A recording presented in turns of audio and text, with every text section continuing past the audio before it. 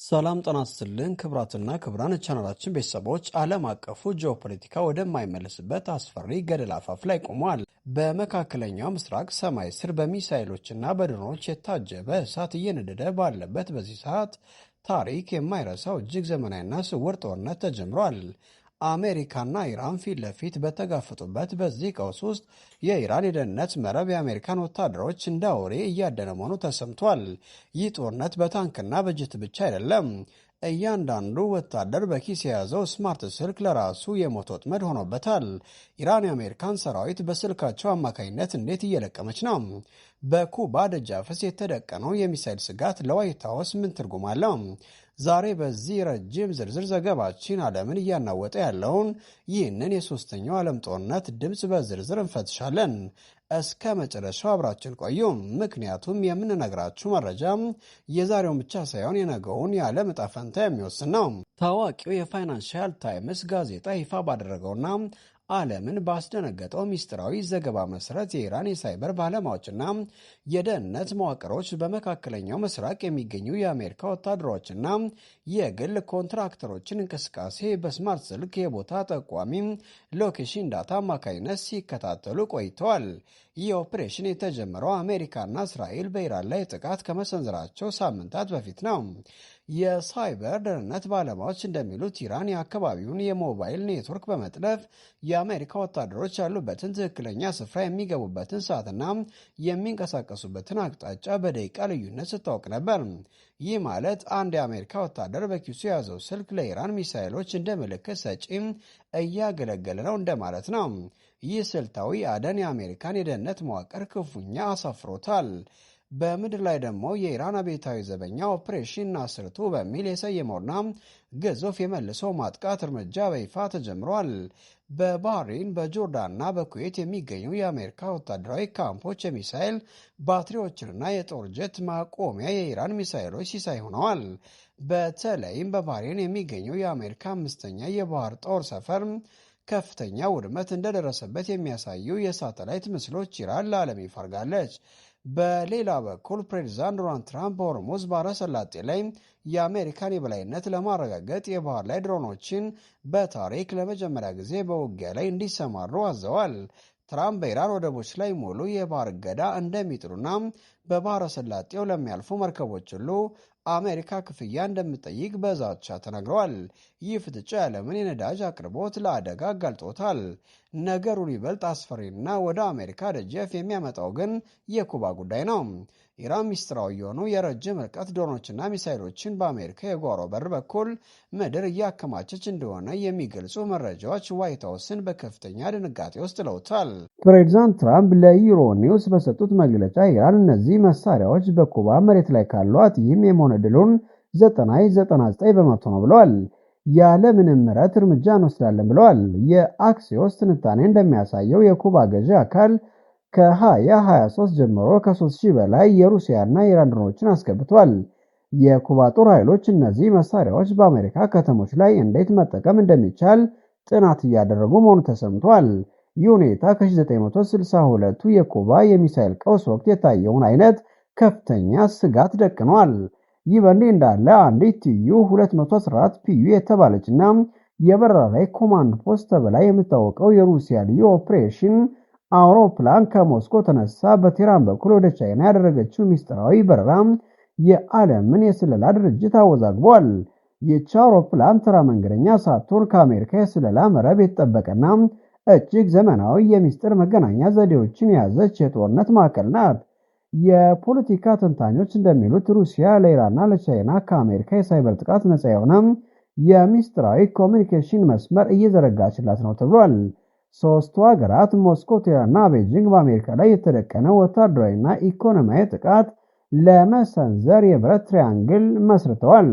ቻይናም በበኩሉ አሜሪካ በመካከለኛው ምስራቅ እንድትዳከም እየፈለገች በፓሲፊክ ውቅያኖስ ላይ የኒኩሌር ሙከራ በማድረግ ጡንቻዋን እያሳየች ነው። የዓለም ትኩረት በመካከለኛው ምስራቅ ላይ ባለበት በዚህ ወቅት ቻይና አስደንጋጭ መረጃ ወስዳለች። ለ44 ዓመታት አቁማው የነበረውና በፓሲፊክ ውቅያኖስ ላይ የሚደረግ የኒኩሌር ሙከራ በድጋሚ አከናውናለች። ይህ የባለስቲክ ሚሳኤል ሙከራ ለአሜሪካ የተላከ ግልጽ መልእክት ነው ተብሏል።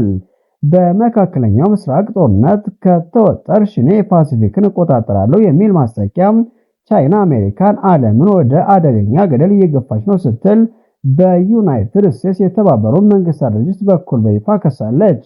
አሜሪካ እንደ ቪየትናምና አፍጋኒስታን ሁሉ በኢራንም ሊወጡት በማይችሉት ረግረግ ውስጥ ልትገባ እንደምትችል የሚሉት ስጋቶች በታዋቂ ተንታኞች የተዘገቡ ነው። አድማጮቻችን፣ ዓለም ዛሬ ካለችበት ሁኔታ አንጻር ነገ ምን ሊፈጠር እንደሚችል መገመት እጅግ አዳጋች ሆኗል።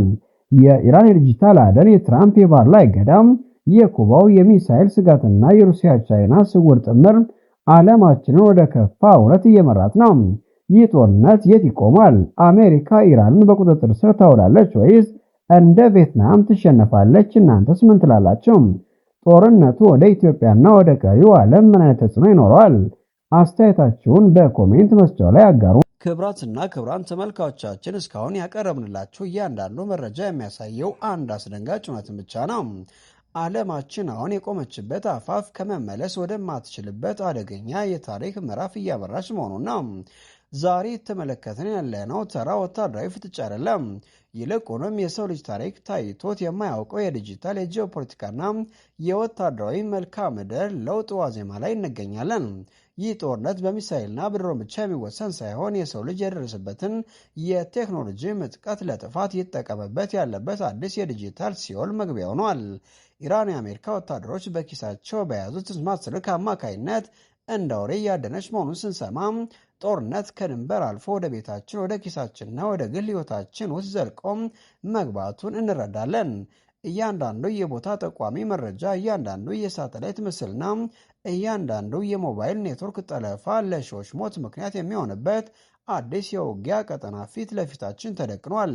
ስልኩን የሚጠቀም ወታደር ለራሱ ሞት መሪ መሆኑ ምን ያክል የሚሰቀጥጥ እውነታ ነው። ጥያቄው ግን እዚህ ላይ ብቻ አይቆምም። ፕሬዚዳንት ዶናልድ ትራምፕ በኢራን ላይ የጀመሩት የባህር ላይ እገዳና የባህር ድሮኖች ፍልሚያ አሜሪካን እንደ ቪየትናምና እንደ አፍጋኒስታን ሁሉ መውጫ ወደሌለው የታሪክ ረገረግ ውስጥ ይከታት ይሆን? ዶናልድ ትራምፕ የኢራን ወደቦችን እዘጋለሁ፣ ለጥበቃም ገንዘብ አስከፍላለሁ ሲሉ የጀመሩት ቁማር ዓለም አቀፉን የነዳጅ ዋጋና የኢኮኖሚ መረጋጋት ምን ያክል አደጋ ላይ እንደሚጥለው መገመት አይከብድም።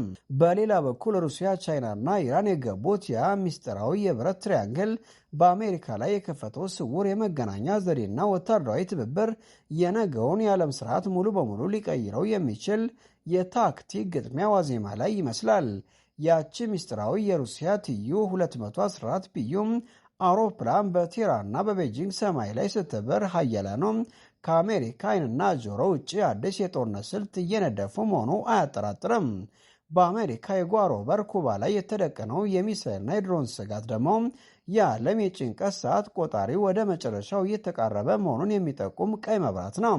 ኢራን ሚሳኤሎቿን ፍሎሪዳ ደጃፍ ላይ አቁማ አሜሪካን ስታስጠናቀቅ ዋይት ሀውስ ምን ያክል በጭንቀት ውስጥ እንደምትገኝ መገመት ይቻላል።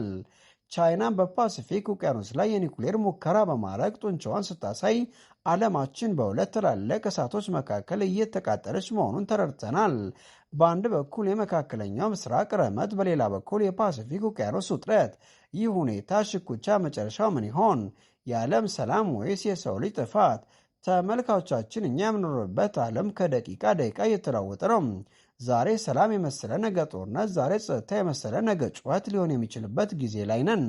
የነዳጅ ዋጋ መናር፣ የመርከቦች መስተጓጎልና የኒኩሌር ዛቻዎች የሩቅ ምስል ሳይሆኑ የእያንዳንዳችን የኑሮ ደጃፍ እያንኳኩ ነው። እኛም ይህንን አደገኛ እና ውስብስብ የሆነ የዓለም ፖለቲካ ሽኩቻ በንቃት እየተከታተል እውነታውን ከፕሮፓጋንዳው፣ መረጃውን ከወሬው እየለየን በታማኝነት ለእናንተ ማድረሳችን እንቀጥላለን። እናንተስ ምን ታስባላችሁ? አሜሪካ በዚህ የኢራን ጦርነት ውስጥ እንደ ቪየትናም ትዘፈቅ ይሆን ወይስ የሶስቱ ሀያላን ማለትም ሩሲያ፣ ቻይናና ኢራን ጥምረት አሜሪካን ከዓለም ሀያልነት መንበር የሚያወርድበት ጊዜ ደርሷል? ጦርነቱ ወደ እኛ ሀገርና ወደ ቀጠናችን ምን አይነት ተጽዕኖ ይኖራል? የእናንተን ጥልቅ ሀሳብና አስተያየት በኮሜንት መስጫ ላይ እንድታሰፍሩልን በአክብሮት እንጠይቃለን።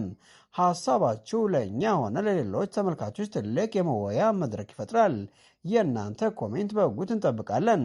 እንደነዚህ ያሉ እጅግ ዝርዝር ሚስጥራዊና ያልተሰሙ ሰበር መረጃዎችን እንዲሁም የዓለምን ጂኦፖለቲካ የሚቀይሩ ታላላቅ ክስተቶችን በየቀኑ ለማግኘት ቻናላችንን ሰብስክራይብ በማድረግና የደውል ምልክቷን በመጫን የቤተሰባችን አባል ይሁኑ። መረጃው ለሌሎች እንዲደርስና ብዙዎች ከስጋቱ እንዲርቁም ቪዲዮው ላይክና ሼር ማድረጋችሁን በፍጹም አትርሱ።